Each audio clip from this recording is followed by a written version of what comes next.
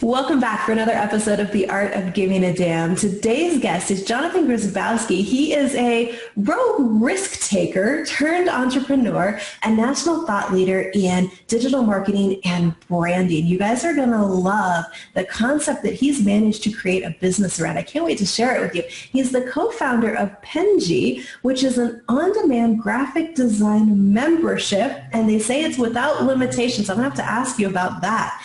Pengie helps you achieve more with unlimited graphic design, unlimited revisions at a flat monthly fee on a really easy to use platform. Johnathan, thank you for being a guest on the podcast today. Michelle, it's an honor. I'm excited to hang out, talk some biz, and provide some value, hopefully, to the people listening and watching.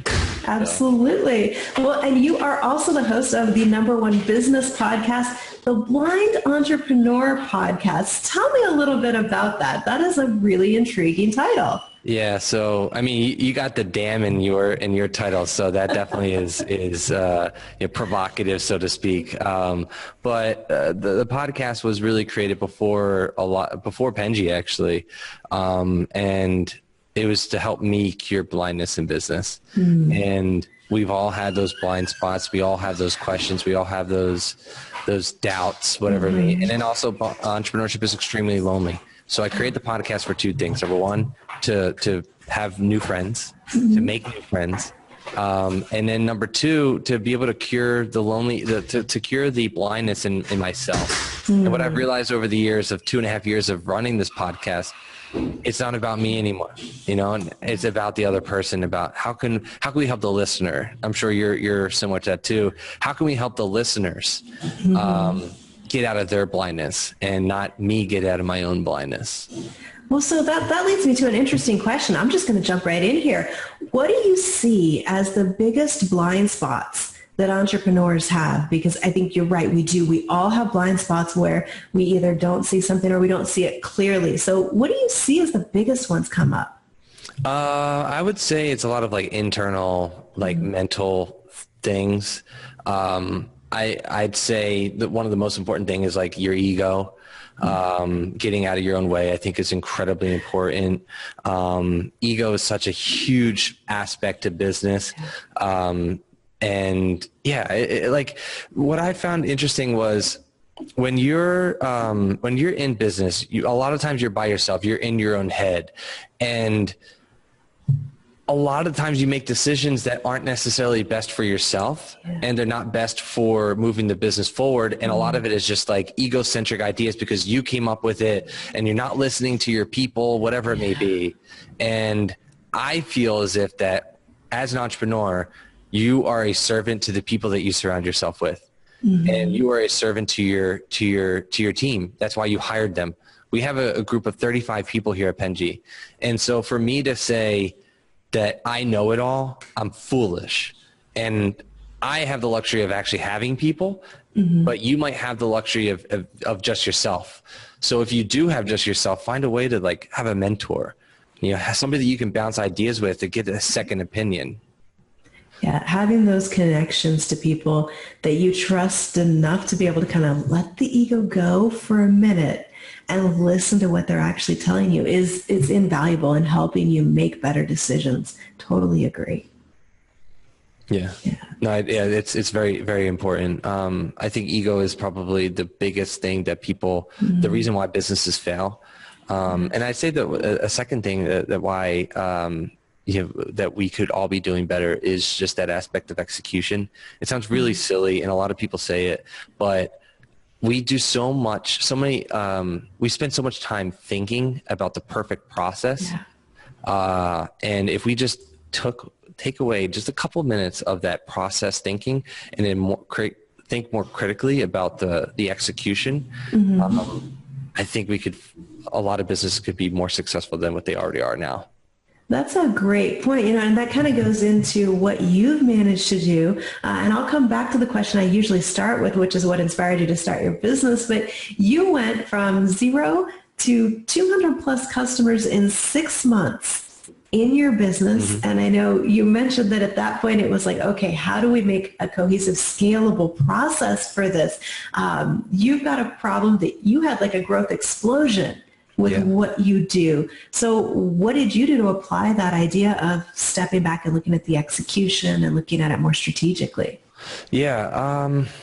I think for the first 6 months have been a lot of just unscalable processes. And so it was just like, go, do.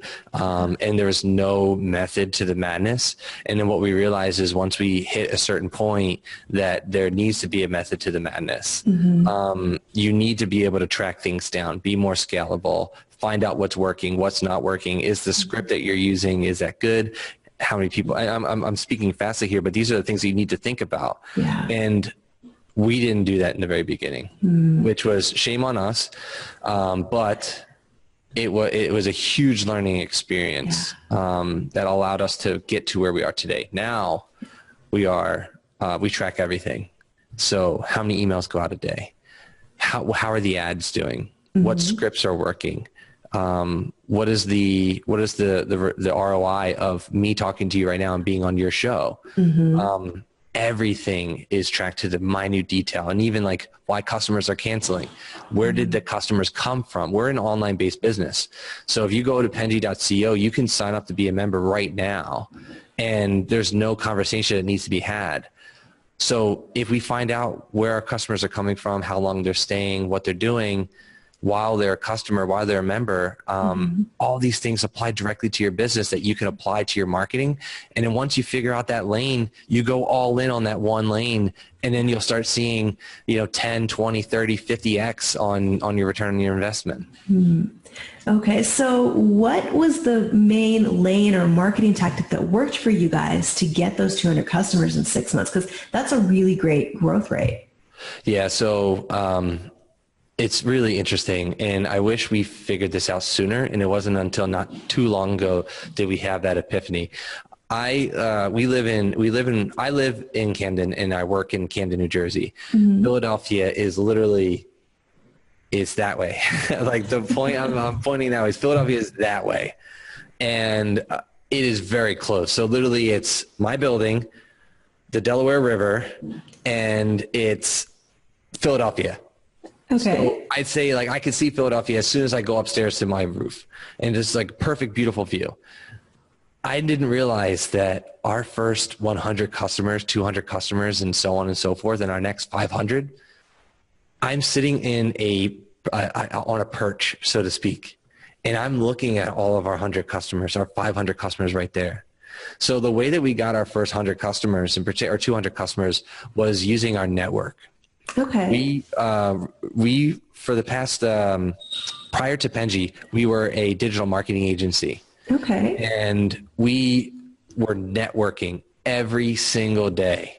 We were networking and going out to our audience, to like random events, like events that I would never personally, no offense to them, but I probably wouldn't go now because just the people that are there. But we went to every single event and built a network of people, an email base, Facebook friends, etc. And then we surveyed them and we said, hey, if we create something like this, would you partake and buy it? And the short answer to that question is yes. We gained validation that it's a product that people want. And then once we created it, we said, all right, we bought it, or we created it, will you buy it? And then they bought it. So that was like a good chunk of our customer base. And I would recommend that to anybody that is starting a business is get that data. That's a great approach to find out, is this actually a viable idea? Because like you said, in business, our ego is our blind spot. So often we're like, well, I think it's a great idea. I don't care if anybody else agrees, I'm doing this. Yeah, and then we find out either the idea needed adjusted, or we weren't marketing it, phrasing it, messaging it quite the right way to connect with people. And you've got to be not married to your own words and your own language. I love that you guys, did the ground networking to be able to turn that into clients. I think, like you said a minute ago, sometimes it's maybe not the most scalable process or not the perfect thing. And if we let ourselves get so busy thinking about, well, but I could do it differently, this would be the optimum, then we never actually get out there and do it. And we don't learn what that process is that works. The beauty is in the ugly. So like when you do things, it's like the beauty and behind Pengie is all the hard work. Like we're scrappy people. Like I'll just be honest. Like we are scrappy people at Pengie, and it's not in like a negative way, but we are constantly just like we're pushing the needle forward. And even if it's like by a smidge, because every day isn't going to be perfect, right? So I'm not sitting here talking to you today and saying that like it was all rainbows and unicorns, because it definitely wasn't. But we always found a way that even if we had setbacks, we still ended the day with a slight push forward. That's a really great perspective to keep, because I like that phrase too. It's not all rainbows and unicorns. I'm sure everybody listening can identify with that. When you're in business, there are ups and downs, and there's moments that ego flares up or you think, why did I do that? We all have those. But if at the end of the day you can look at it and go, I moved the needle forward a little bit, that's what works, is just that constant forward progress. Absolutely. So let's talk about Pengie for a minute, because you have a unique concept that's one of those things that most people might go, no, you can't do that. Yeah, a lot of people say that. But clearly you're doing it. Yeah, a lot of people say like it's impossible, and I'm just like, well, that makes me more excited knowing that you think it's impossible. So we, as mentioned before, we were an agency, and every time that we worked with our clients, all of our clients said that we were really good at graphic design. Okay. And we did web design and app design and development, and we were a full service marketing firm. What we realized is that when we were in that company, that we didn't solve a large enough problem. And as an agency, one of the hardest things to do is to find a dependable graphic designer that works for your business at all hours of the day. So Absolutely. We were like, okay, what if this is possible? Can we make this possible? And I'll just recap a quick trip, but we went on a trip to Vietnam, and then the idea was created in a coffee shop. And when we came back, we immediately applied the idea, and how it's possible. If you send 100 graphic design requests, it's not feasible for us to do them all in one day. So our customers, our members, what they do is we work on 1 to 2 to whatever projects that they want at a given time, depending upon their price point. So our base model is $349, and we work on one project at a time. And once that first project is done, then we'll move on to the next one. Okay, and for anybody listening who has no idea here what the concept is, Pengie does unlimited graphic designs for a flat monthly fee. So you choose a service level, and they just keep designing graphics for you, and you're not having to deal with the whole, let me get a quote, find out how much this is going to cost and how much this is going to cost, and all of the stuff you normally deal with when you hire a graphic designer. Because I found the same thing you have. It's hard to find somebody reliable who's available consistently, because if they're any good, they're booked like crazy. And if you're waiting, you don't mind waiting 6 months, you can probably have them get it done eventually at a very high cost 6 months from now. So you guys approach this with a totally different look at what could be possible. So if I sign up for your service package, the way that it works is I can send you one project at a time. You guys get that back to me, and then we work on another one. Yeah. So, okay. Michelle, you're a great host, and thank you for reeling me back in to answer the full question. It's a true testament to you as a host of the show, of a podcast. Great job. So the way it works, you sign up for Pengie, you put your credit card in, and you immediately get met with this beautiful back-end platform. And you can submit all of your design requests. So you can actually submit logo, business card, Facebook content, social media content, and it could be queued up to 100, right? Okay. Again, we would do one at a time. So once that logo is done, we'll move on to the next one. So I just create my wish list, and you guys just go through granting wishes. And exactly. Yeah. And we literally just keep going. And sometimes we do as much as we can in the month, but then whatever we don't do that month, we go to the next month and we'll do it again. And then the cycle keeps continuing, and so on and so forth. That is really a different approach to having graphics design done. Yeah, it is. We think it's the way that graphics design should be done, because when you are in a business, right, if you get a quote, if you get 10 people and you survey 10 people to get a quote for you for, like, say, a logo, you're going to get 11 different types of quotes, even if you're asking 10 people. Yep. So it'll be like, well, this person's going to charge $125 an hour, and this person's going to charge $500 an hour, and then another person might just charge a flat fee of, whatever. What we did was, because we were an agency, we figured out all of the design inefficiencies that happen in business and design, and that's primarily on the communication level. So we solved the problem of communication, and we solved the problem of revisions, and we pass all of the saving onto our customers. I love that. It seems like one of the keys to this is you've really found a way to scale certain pieces of it that an individual would really struggle to do, but because you have a team in place for it, you're able to approach it differently. And technology, yeah. That's awesome. So what inspired it? I know Pengie for ourselves. Yeah, that's what it sounds like. Really, this was you solving a problem that you guys were running into.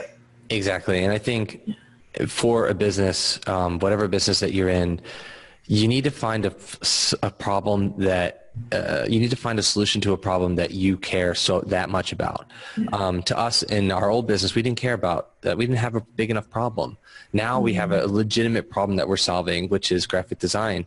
And we used Pengie internally ourselves first.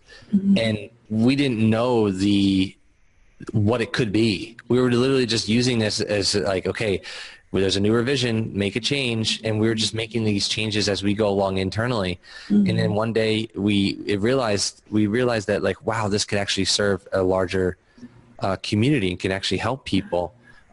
So we used this first, and then we realized, wow, like, a lot of other people are having the same problem too with graphic design. How can we fix it?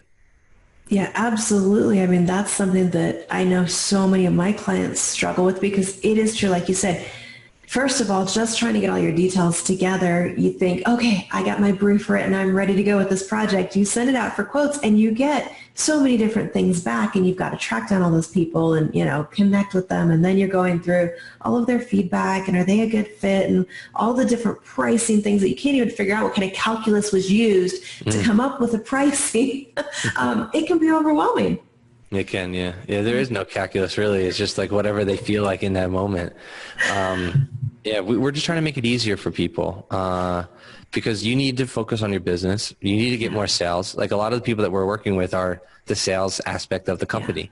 So if you can just either, like, say you're doing your own personal branding, if you could focus even just a couple of more hours focusing on like that one extra phone call you could put into the week, or whatever it may be. Or maybe you just you don't feel as if that your business needs to hire an internal designer and go through the process of onboarding them, because it costs a lot of money to do that. And it also costs a lot of money to hire somebody. For a flat fee, we can do the job and we're just as qualified. Yeah, and that's one of those things that so often I think when we're looking to scale and grow and trying to figure out what position do we hire, who do we bring in first, being in this particular period in time is amazing, because you can, instead of having to bring on a full-time employee, find solutions like this where you go, okay, what I actually need is just somebody to get these projects done. Who can I outsource this piece to? And the, I think, interesting thing to me with the way you guys are set up is, we're talking about the problem from the perspective of the business owner, but from the perspective of clients that I've had that are creatives, that do design work, that do logos, they don't like the marketing part and the having to create the proposals and all of that stuff. So you've put creatives in a position where they can do just what they want to do, which is one project at a time, be creative, design something amazing. I would imagine you probably have a very happy staff over there.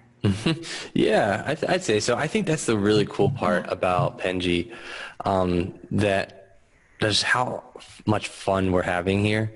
We're a really tight-knit group. We're the type of people that, like, we all eat lunch together. We have fun together. Later today we're celebrating. We're having a surprise. I could say this because he's not gonna see it in time. We're having a surprise birthday party for our co-founder. And so, yeah, I mean, we're really tight knit group. So I'd say that we're happy. Of course, like, there's a lot of trials and tribulations that we have to go through, but that's every business. But I think the minute that you're able to solve a large enough problem, that's when the fun really happens. And I can say that that's our mission. That's what we're trying to do. Absolutely. My favorite clients to work with, my favorite people to interview and just surround myself with are people whose business ideas came out of, this is a problem, we're going to solve it. Because when you come up with your business that way, you know exactly how to handle your marketing and your messaging because you understand what it feels like to have had that problem and solved it. Oh, absolutely. Yeah. And I also want to bring up a point about what you mentioned about creatives. Mm-hmm. A lot of our customer base are creatives. And I do want to at least make a mention that we're not competing. This is a new concept of business. And we're not competing with the creatives. We're the extended team of the creative. And so if that creative doesn't feel like designing for their clients because they want to do other things, or maybe they just need help to get rid of like the unwanted, low level, low tier type of design work, that's a perfect way to say, hey, maybe you could use Pengie for your business. Okay. And I noticed you guys also have like an agency package. So you're working not just with, individual companies, but you actually offer agency agreements that people can sign up with you for. Yeah, we're like an agency's agency. So a lot of our base is, a lot of our customers are actually agencies. So companies like, like Reebok or companies like 1-800-Flowers or Pet Boys, like they don't, now they do because I'm saying it, but they don't know that we're working with them. The agencies are working with them. Like they're giving us the work and we're working with them because of that. That's got to be pretty cool to watch the clients that get brought in through other clients. It is cool. It is awesome. Yeah, it's just fun. It's just cool to see like the people that are responding and they're saying like, wow, this is awesome.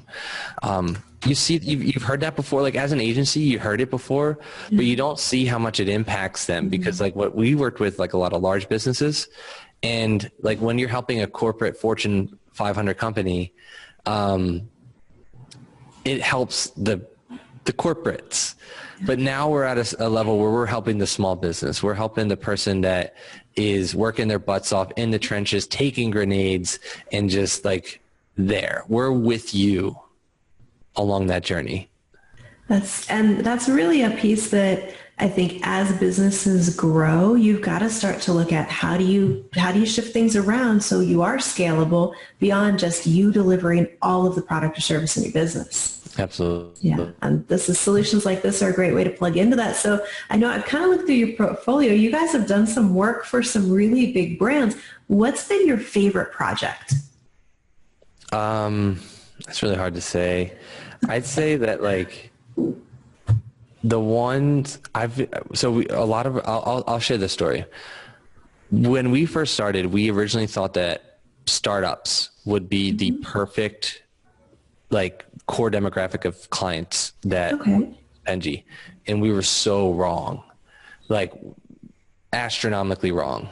And what we found was that the print on demand community, which if anybody that has no idea what that is basically people who design t-shirts and then take t-shirt designs and then submit them to publication or websites like Merch by Amazon, Redbubble, Etsy, TeePublic, all these other websites.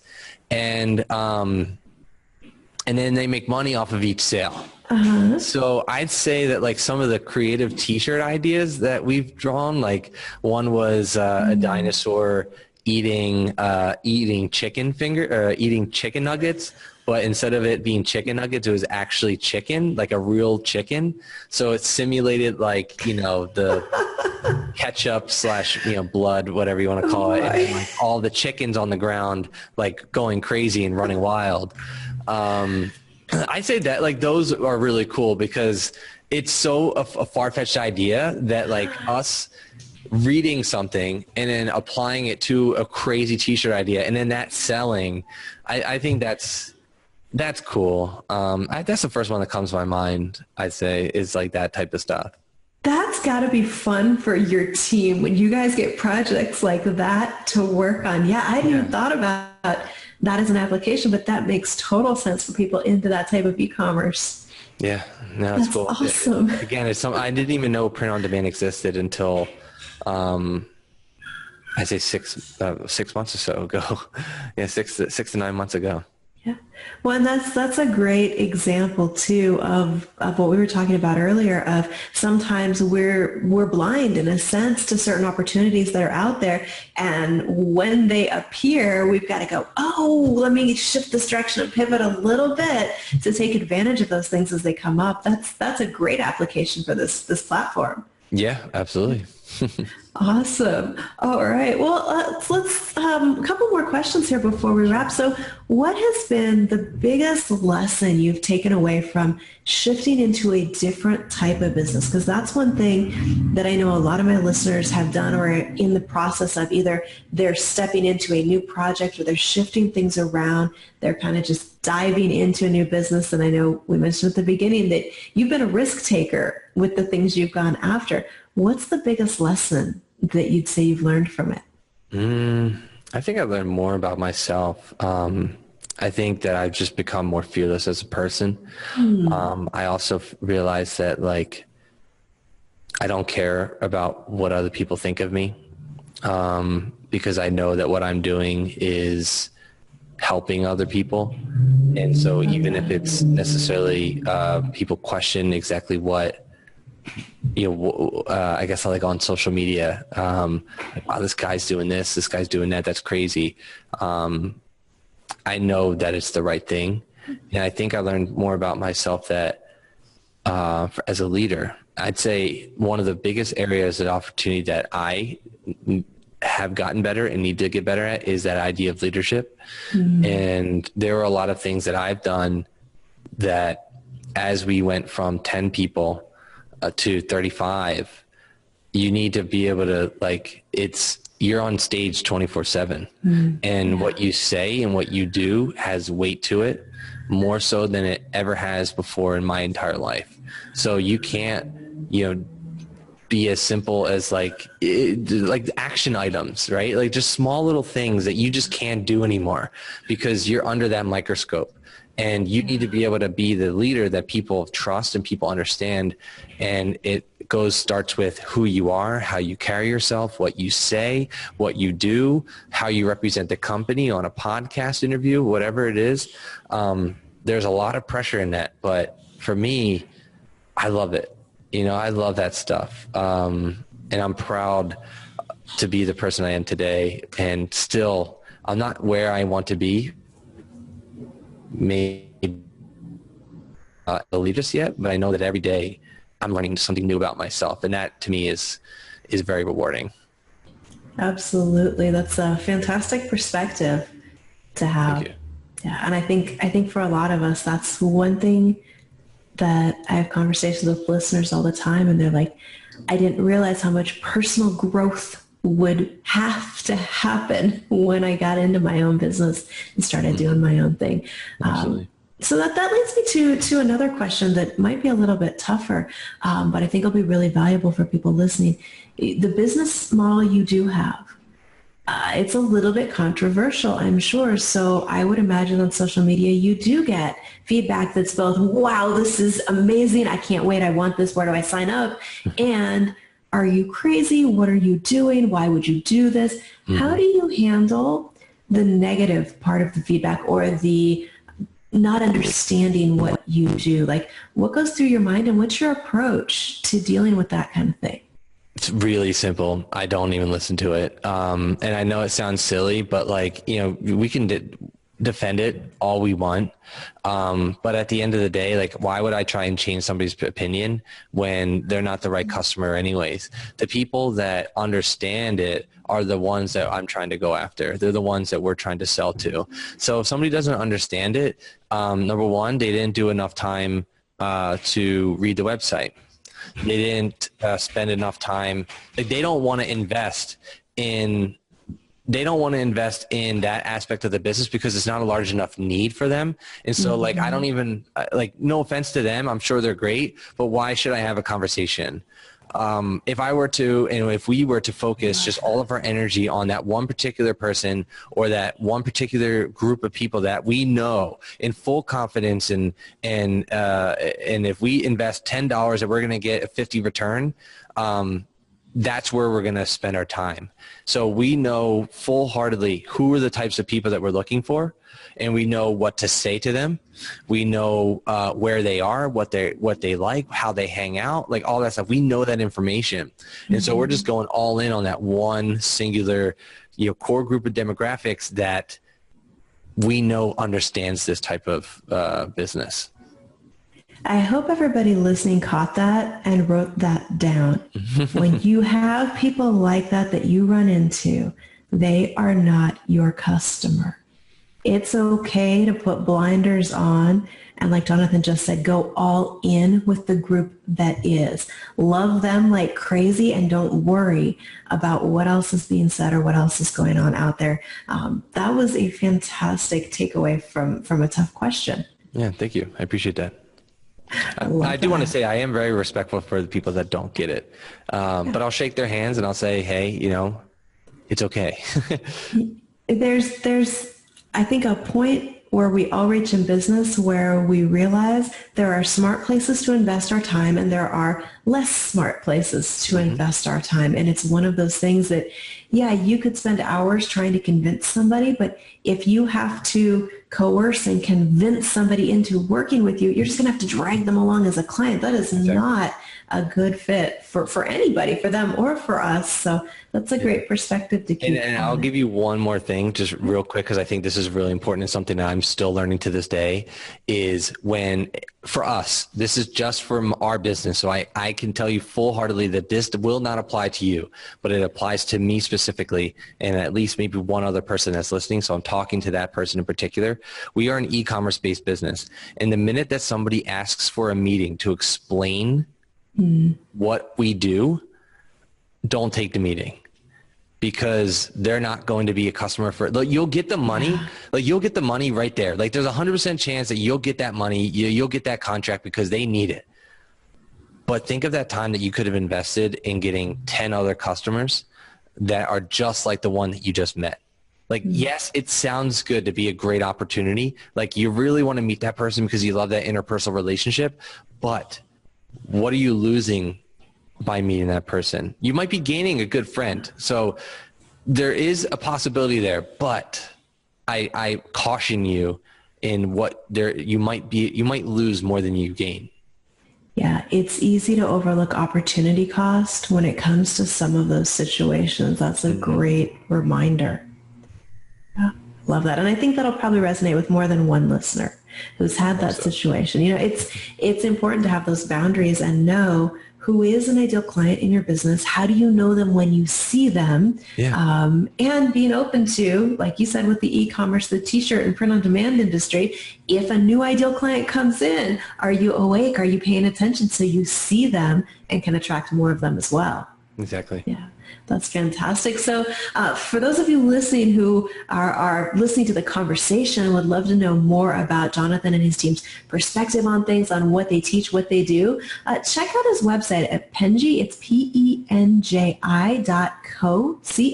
and click Learning Center, because you will find a wealth of information. You guys have some fantastic articles on your blog about everything from how to work with people who you're outsourcing design to how to promote and market your business. You've got like a wealth of content there. Yeah, and it is just getting started. We have some really, really cool stuff that is about to be released. Stuff that I can't even, when is this going live? Probably in about 2 weeks. 2 weeks. Okay. I can't. Mid-August. I can't say it, but I'll tell you afterwards. But stay tuned. We have an awesome thing that we're about to launch, and it's something that's near and dear to my heart. And I do have to say this final caveat when it comes to like who we are. Not only do we do this work, right? We do unlimited graphic design, flat monthly rate, et cetera, but we also give back to our community, and we hire inner city youth in the city of Camden and give them job opportunities. People who don't look like me, people who don't have a Polish name, they might have a slight, ethnicity to the name, or they may not be from this region, but they are hardworking and they're from the city of Camden, and they're students here or residents. So we hire inner city youth. We hire students from the city of Camden, and it's something that I'm so proud of. We have a very diverse team. And it's a joy to be able to work with, people who just come from all different walks of life, whether it's, Muslim or Catholic and white and African American and whatever it is. It's that to me is just as rewarding as helping and solving a problem in business. That's great, because especially for something like a creative team, when you have that diversity of perspective, of culture, of understanding, it makes everybody on the team stronger with the ability to both learn to see other perspectives and to bring those together into some of the projects that you guys do. Yeah, that is absolutely. Really great. Yeah, thanks. Awesome. All right. So for anybody who is wondering, you can go to pengie.co, and there's a little chat box on the bottom corner of their page. If you're listening to this and thinking that sounds great and I have a question, go reach out to them, have a conversation, find out what they might be able to do for you. Because if your business is anything like mine, getting your graphics done is taking up probably more of your time than it needs to. And you may really want to look at whether this is a good solution for you and for what you need in your business. So check that out. Again, it's Pengie, penji.co. You'll see a link near the video or the audio, wherever you're watching it. And make sure you check out Johnathan's podcast. Again, it's called the Blind Entrepreneur Podcast, and click subscribe while you're there, because as you can see from this particular episode, he's got a lot of perspective and wisdom to share on how to approach some of those challenging things in your business. Johnathan, thanks so much for being on the podcast today and sharing what your journey's been like. Yeah, thanks, Michelle. It's awesome. All right. So those of you listening, please hit subscribe, rate, review, like us wherever you are watching or listening to this today, and come back for the next episode of The Art of Giving a Damn.